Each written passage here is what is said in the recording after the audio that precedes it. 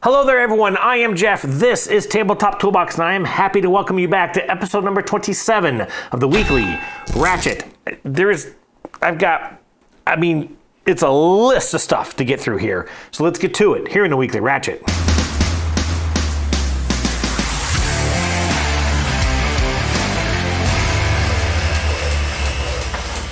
Holy mackerel, what a batch of 2 weeks it has been. Apologies for not having a Ratchet out last week. Remember like a week or two back, 2 weeks at least ago, when I said, things haven't been that busy lately. I regretted those words. It's been crazy. So 2 weeks ago, our daughter was out down visiting my parents. And so, my wife and I, we kind of had a grown-up week. It was nice. We went to dinner with my colleagues, hung out with some sort of work friends, drank a lot. But that was fun. And then Tuesday, I actually hung out with Daniel and his wife. That was a lot of fun. We didn't play any games, but went out for a couple of beers and just had a good time hanging out. And then Thursday, we left to our cabin out in Shenandoah. My family, my parents came there and met us, brought our daughter back, and had a good time there. We did have a little bit of a family scare, a little bit of an emergency kind of over the weekend. We think things are in the clear. We'll know more later. I'm not going to get into it right now, but things are okay.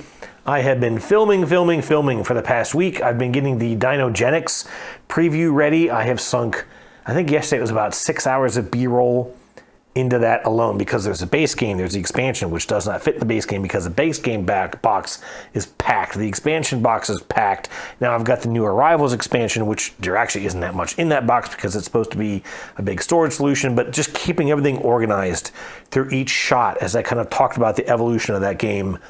Whew. Let's just say no expense has been spared on that preview. And if you get that, then we can be friends. We can be friends even if you don't get it. But let me know, and I'll, or maybe some folks will clue others in as to what that 1993 reference is. Anyways, really looking forward to that video coming out, which should be in the next week or so, because I know the game launches on GameFound very, very early in September. And next up is Solarian. I've talked about that game a couple of times. I'm already starting to kind of put things together for it. Need to get that one filmed here in this next coming week, because then I leave for the Dice Tower Retreat next week. There's going to be a lot to talk about after that. And there's some other stuff coming up, but I'll get to those in a second. My daughter starts middle school tomorrow. And today she got her first cell phone. So it's been a day. I've been trying to get here in front of the camera for like an hour and a half. And it's, Dad, this app isn't working. And Dad, can you show me how this works? And my daughter's a great kid. You've seen her in some footage. I love her to death. And we wanted to surprise her. She had no idea we were getting her a phone. We took her out for putt-putt today. We had a family putt-putt. Daddy won. And it's been a good day. And then we just swung by AT&T and we're like, we need to get a phone for our daughter. And she was like, what? It was awesome. But yeah, it's been a day. Anyways, I got more to talk about. Let's get to new games.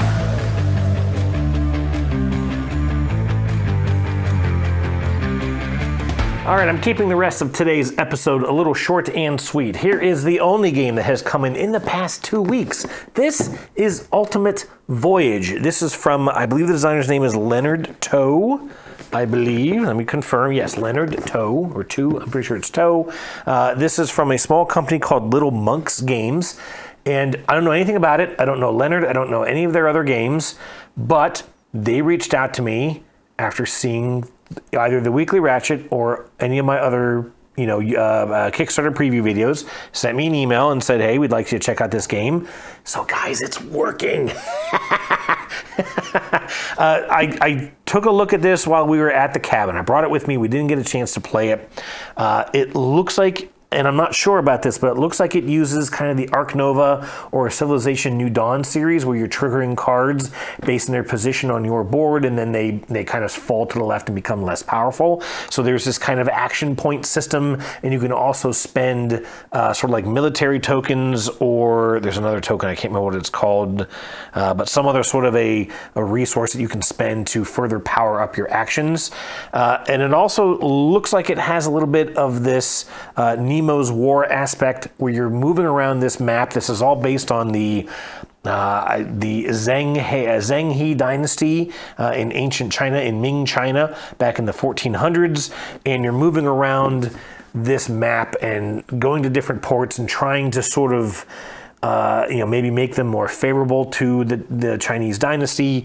And so there's a lot of kind of manipulation of markets and manipulation of tracks and trying to get, you can attack those tracks, which of course makes them unhappy with you, or you can, improve your standing with those ports. I may have said tracks, I meant ports, and all of this to kind of get points and exchange resources and get things and collect things. There may be like a set collection aspect to it, if I remember. There's a lot in it, and the rule book looked like it was super detailed, but then as I was getting more and more through it, I was like, wait, where's everything else? Like, I don't really feel like I get the game yet. But then Leonard reached out and said, well, make sure you check the online rules because they're the most current version, and it fixes a couple issues.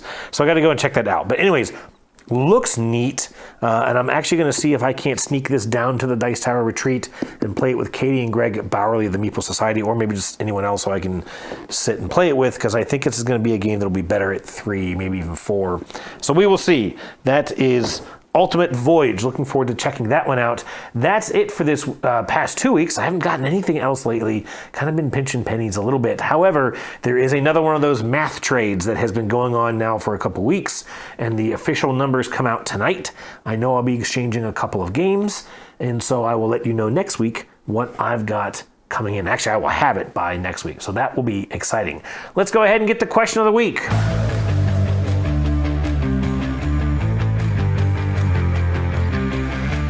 All right, lots of comments here this week. As always, I appreciate them. Thank you so much for answering the question of the week last week, which was, do you play solo games? I've talked about a lot of topics here on the Weekly Ratchet, and I cannot believe I haven't delved into solo games. I've been wanting to do another top 10 solo games. I've got the list. I just need to make the damn video. I just haven't had a chance. But let's go ahead and get to some answers. Up first was Wonderflonium, who said that he ramped up solo gaming after moving to a new state and having kids. And his favorite currently is Age of Innovation and the Imperium series of deck builders. That's the Imperium Legends, Horizons, and Classics. I have still not played Horizons. I need to do that. And I'm a little curious about Age of Innovation, the predecessor game, which was Gaia Project. I love space games, but man, that one I can never remember how to play it. My last play of it, which was years ago, was really, really bad, so I got rid of my copy. I never played the previous game, which I'm blanking on the name of it right now, but a very similar game, the Gaia Project, from what I gather, just not set in space. But yeah, I certainly get it. I certainly, moving and kids can make you go, you know what, I just need some me time. Greg Bowerly of the Meeple Society said that he has played solo games twice, only for the purpose of making videos, but otherwise he has a Katie who loves to play games with him. Isn't that nice? We're so happy someone loves you. I'm just kidding. I get it completely. Teshera said that he plays games solo that his wife won't like. For example, PAX Premier, which is currently his favorite solo game. Whew, man, for one thing, I know a lot of the Cold Worley games have solo modes, like for example, Arcs right now is the hot topic. I just can't imagine how they work solo. And I know I mentioned from my least and most favorite games, talking as being another challenge today, the PAX Premier is probably the game that I hated the most. And I just find it fascinating that it has a good solo mode. So that's really cool to know. Thomas Greaves said that he plays solo games infrequently and enjoys the Button Shy lineup of games and also the game Forage. If you don't know Button Shy games, those are real small, almost like wallet games. I think they all start off as 18 card games, except for that they have a ton of expansions that usually add a ton of extra cards. And in fact, a lot of their games have to have extra wallets to hold all the extra content, which is okay, but almost feel like it rapidly defeats the purpose of trying to be a really small, compact game. I don't know, but they're pretty good. I do have a bunch of them. They don't get a lot of play time, but they're also fairly cheap, so it's kind of a trade-off. I don't know Forge. I know I've looked into it, and I'm pretty sure I've seen it, but I can't remember it off the top of my head. I'm going to try and get this name right. Walter Klaczynski, a first-time poster, welcome, said that he rarely plays games solo. He tried terraforming Mars a few times, but did say that he'll play against AI opponents on apps more frequently. And that makes a lot of sense. The only reason I don't do more of the app games is because I just don't like playing on a phone.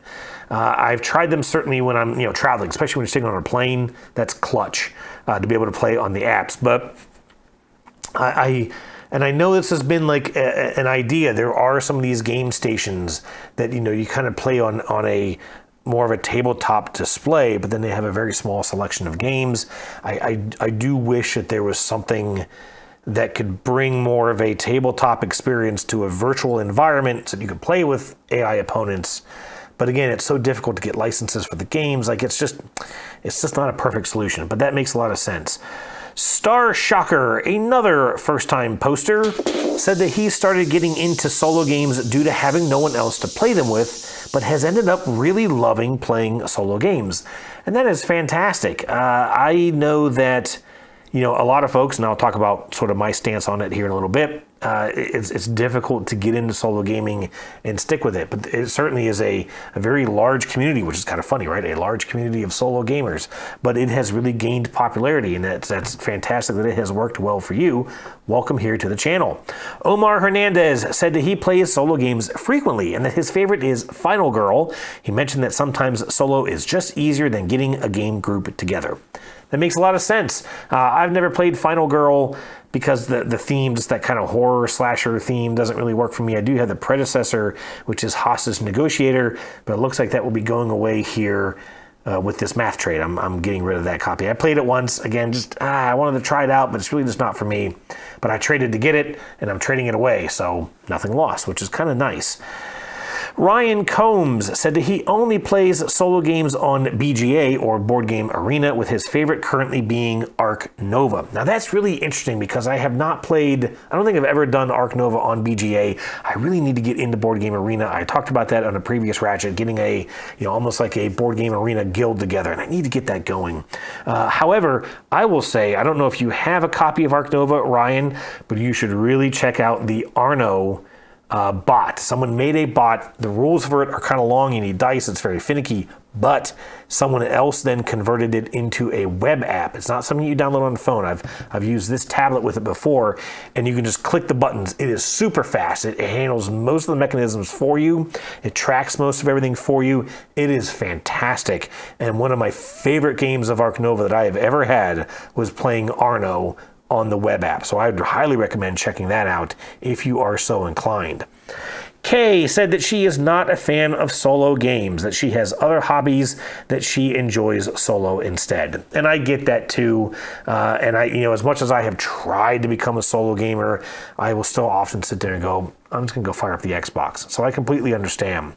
Jamie Wiley said he almost exclusively plays solo games and confided that being on the autism spectrum makes social situations a bit more difficult. He said the upside to solo games is he can cheat whenever he wants. I get that completely. And I tell you, as someone who has played games for a long time, like video games is kind of what I'm talking back to.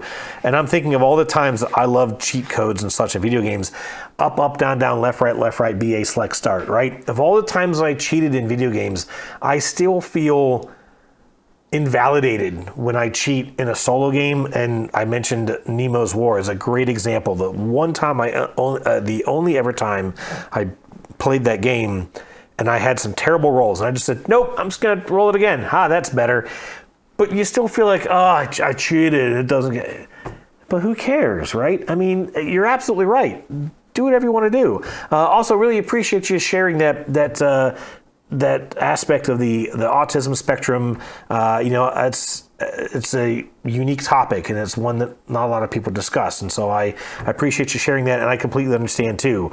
I sometimes I wonder if that's a spectrum I'm on, because I just struggle in social situations myself sometimes, but still very, very thankful that you shared that with us. Jeremy Brooks said that he never considered solo gaming before the pandemic and now has 2 solo-only games, Siege of Valeria and Under Falling Skies, which he prefers most of the 2. He also said that he's interested in learning distilled solo. I have Under Falling Skies right over here. I still have never played it. I heard that it's very, very difficult, and I don't know if that's why, but I just haven't tried it yet. I need to do that. I will say that Distilled Solo didn't click with me. Of course, that's one of those games that everyone just, oh my God, it's amazing. No matter what, it's just an amazing game. I don't think it's an amazing game.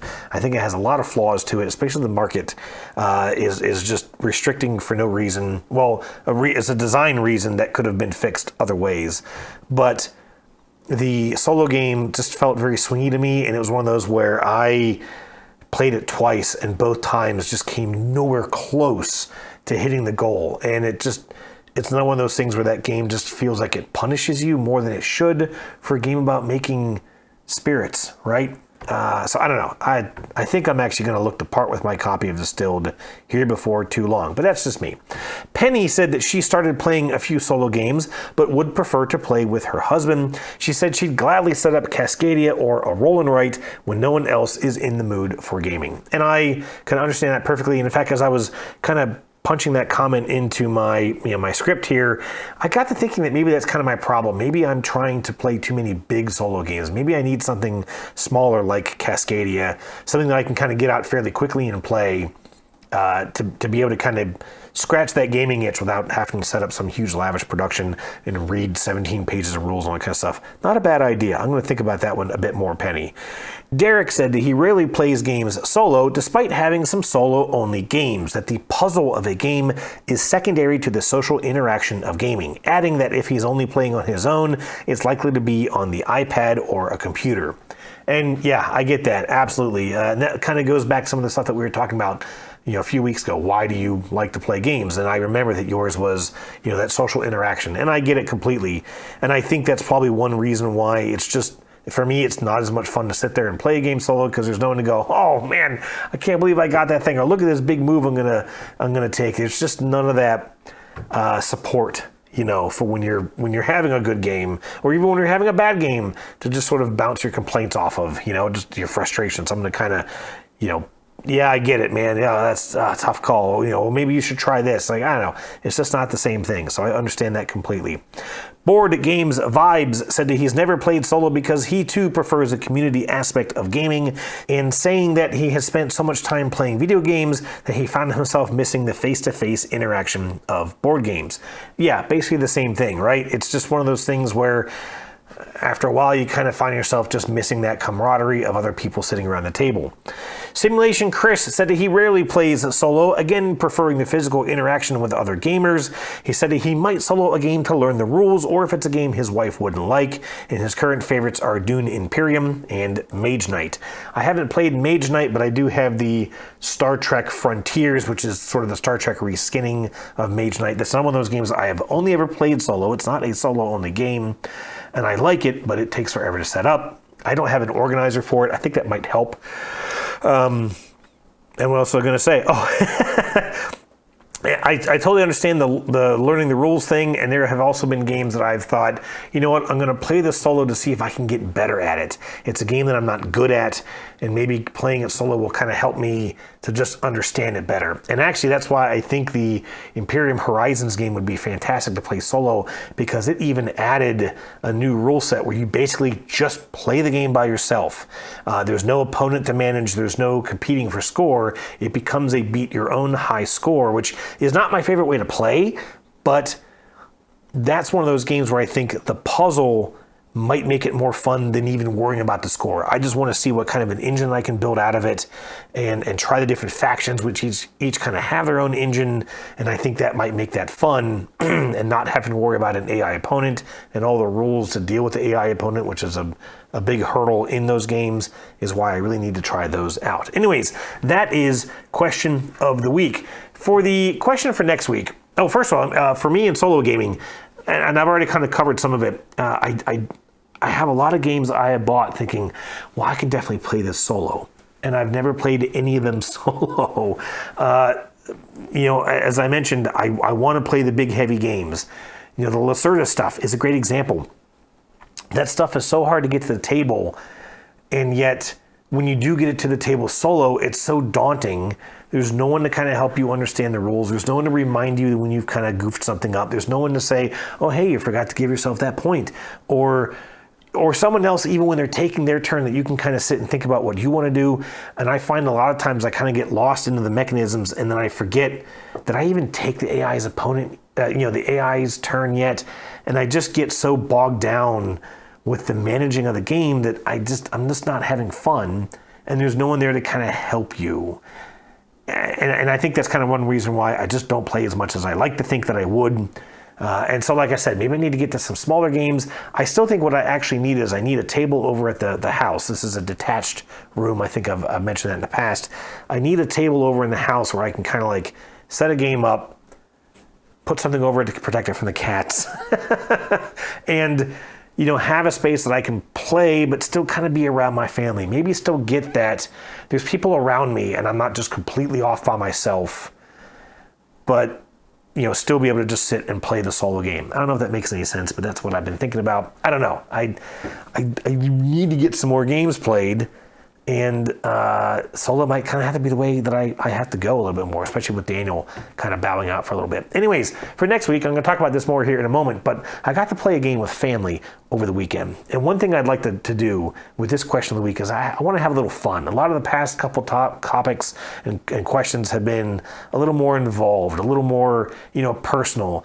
Even my friend Chris Mutton, when he was here a week or so back, was like, a lot of your topics have been kind of, involved, and I haven't wanted to write an entire book, and so I've just kind of held back.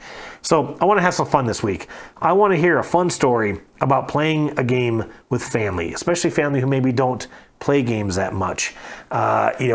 Maybe a comment that someone made that was just funny because they don't play a lot of games, or maybe a question they had that was funny. Again, that sort of, okay, we're going to try and sit down and do something that grandma's not really used to doing. I'd love to hear some of those stories, and I'll share mine here in a little bit.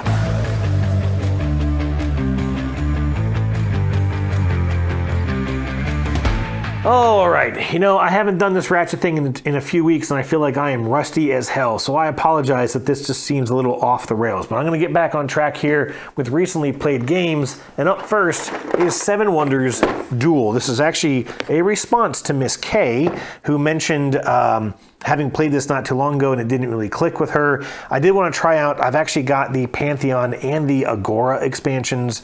The Agora one just looked heady. It looked a little complicated, and I thought, let's just do one for now. And so my wife and I tried this, and I didn't really love it either.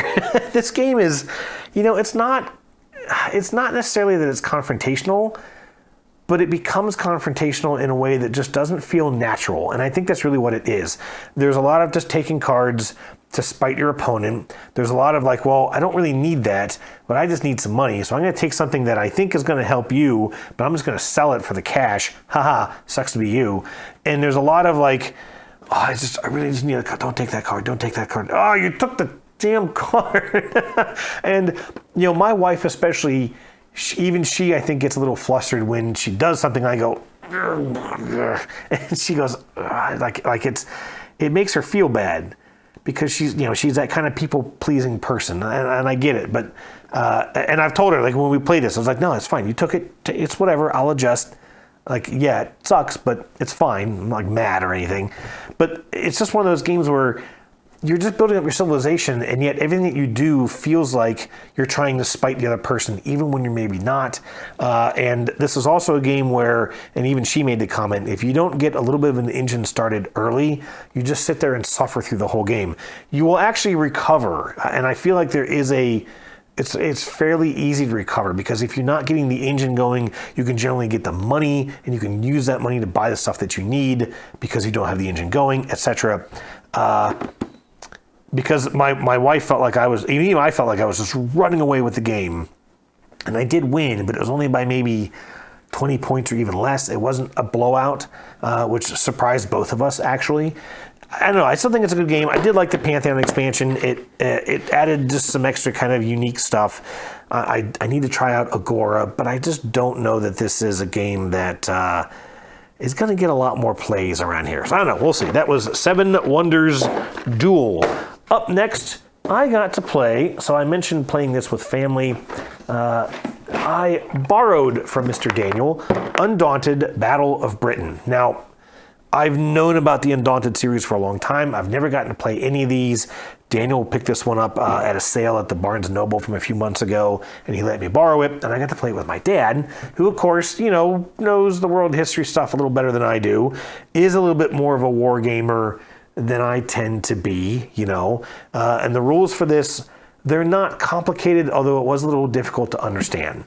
But the general concept of this is that it's kind of a deck building game, and you have these troops. In this case, they're airplanes. This is all like air battle, and so you have these aircraft.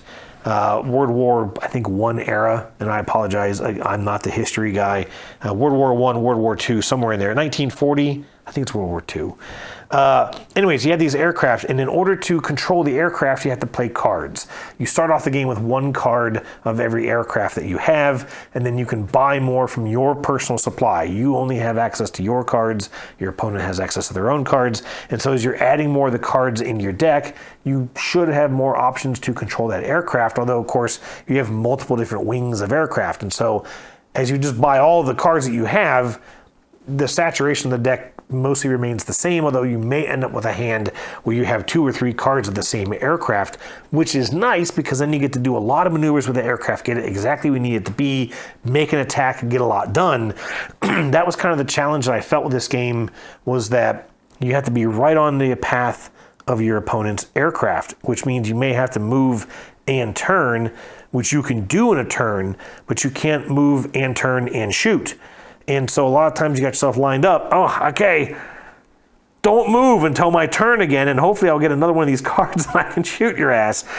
It also had this aspect where the planes are always moving, and so on your turn, if you are playing a card of an aircraft, the aircraft has to move first, and then you can either turn or shoot or whatever you want to do. And so if you're on the same space as your opponent, it's okay. If you're one space away, you can move onto their space and attack. You can attack from the same space. But if you're already on their space, then you have to pass them, and then you can't shoot at them because they're behind you. It was neat. The only other aspect of it that was really, really weird is that when your aircraft gets attacked, when you have a successful attack, your opponent has to lose a card of the aircraft that got attacked. If they have a card in their hand, they have to discard it, or get rid of it. It goes out of the game. If it's not in their hand, they have to lose a card from their discard. If they don't have any cards there, they have to lose it from their deck. And if there's no card in either 3 places, then the craft is lost completely. It's shot down, it's dead.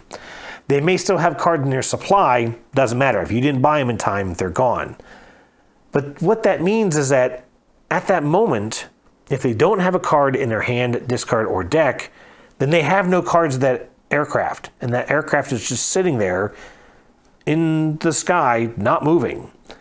And what happened was, my mission was to take out my dad's bombers. My dad was trying to bomb these various targets. We picked like mission 5 in the kind of campaign of this game, which you can do. It doesn't matter. You can play them in any order. But he had to bomb targets, and he had some terrible rolls. He kept missing on his bombing runs. I shot down the first bomber. He hilariously flew into like these kind of sky mine things and lost a couple aircraft that way. I was going after the last bomber, and I just kept hitting it. I mean, all my planes would just come at him like mosquitoes. And I knew that I was taking out his cards. I was keeping track of the cards I was taking out. And I was like, well, that's the last card, so the thing should be dead. And I checked the rules again. It says, well, no, if you take a card out, then you take a card out. But just because that's the last card doesn't mean that the plane is shot down. It's still there, even though the opponent really has no way to control it.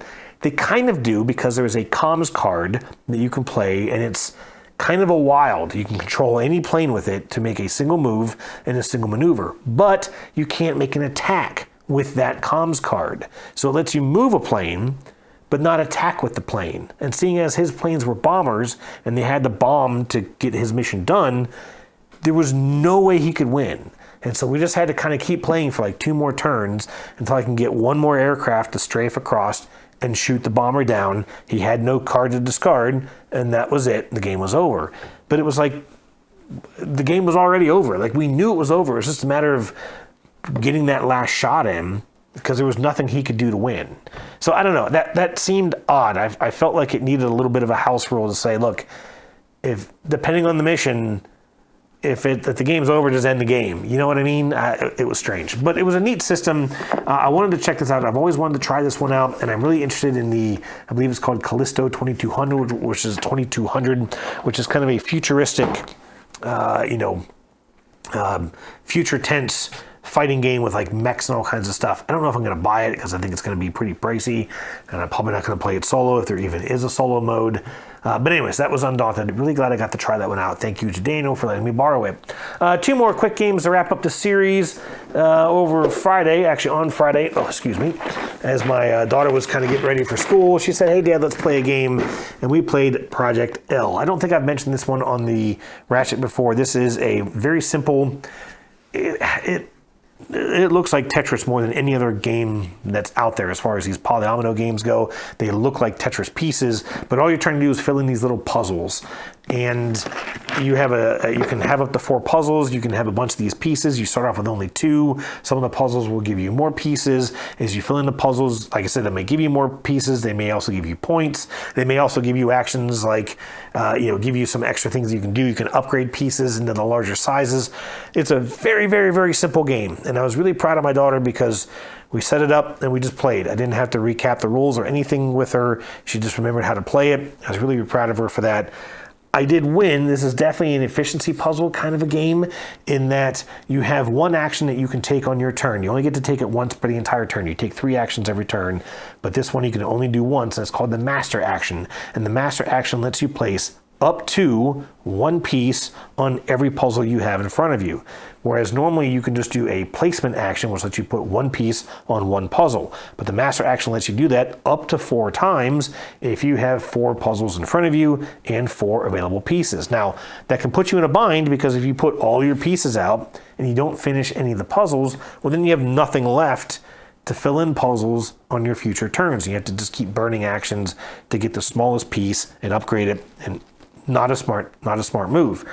But I was explaining to her after the game that I tried to make sure that I always had at least 2 puzzles in front of me. I was trying to make sure that my Master Action would finish 1 puzzle every turn, which would give me its pieces back, plus usually another piece from that puzzle. And I just kept, maybe taking 2 Master Action, taking 2 Master Action. Sometimes I would do a couple placements to get, sort of clear out my supply of puzzles. And I just kept repeating that process. And I beat her by, it was like 28-20. And she liked the game. She likes the game. And I like it because it's been a good opportunity to kind of teach her some of that strategy, some of that planning. Just a fantastic game, a great looking game. I did realize that my newest expansion tiles are tragically warped, which I've heard about, but I did not know that mine were in that condition, so I got to deal with that. Last game that my wife and I played, actually just yesterday, was another game of Harmonies. I've mentioned this one a couple times here already on the Ratchet. This very simple pattern building game. We did play the lakes or oceans, whatever it is, island side of the board, which we haven't tried, and we tried the spirit animals, which we had not tried before either. I feel like this game is already losing some speed with me. It's a neat game, it's a pretty game, but it just doesn't really, especially at 2, it just doesn't cycle as much as you would like it to. It doesn't have as much agency as you'd like it to have. You have this market of 4 cards, and you can very easily get yourself into a situation where no one can complete any of these cards, or at least get any more than maybe 1 animal out, because the tiles aren't coming out the way that you need them to. And so you have this market of cards that there's no rules in the game that lets you kind of just clear them out. We very quickly house ruled in the middle of the game that we said, look, if you can't take any, you can discard one if you both agree which one to discard. Like, made it very, very friendly, right? Just to get a card out of the way and try and cycle that market a little better. And that kind of helped. But, again, it's like you're trying to get these sort of configurations met, and if the tiles aren't coming out in the order that you need, then you're just sort of stuck. And it just doesn't feel like you can do the things you want to do. Yeah, you can just try and put pieces down and build a high-scoring tableau and not get any of your animal cards done, but I've never won the game that way for sure. And then when a card does come out, you go, oh, well, crap, now I can't get any of those done because I've kind of already pre-built my display and I'm stuck with what I have. You really need to get the animals fulfilled but that requires very specific arrangements. And so you just kind of get this, it's like this chicken or the egg type puzzle. And I don't know, it's a pretty game. I still enjoy it, but it just doesn't bring the joy that it did in that first play. I can also say that I feel like this game has fizzled almost immediately. This was all the talk maybe a month ago, and now nobody's talking about it. So I don't know. That is Harmonies, and that is the Weekly Ratchet. Thank you so much, folks, for tuning in. I'm going to try and get back into a regular cadence with this. A reminder, I'll be at the Dice Tower Retreat coming up here in about 2 weeks. So my Ratchet that week might at least be late, or I might just do a separate episode. We will see. Anyways, thanks for watching, and I'll chat with you soon. Cheers.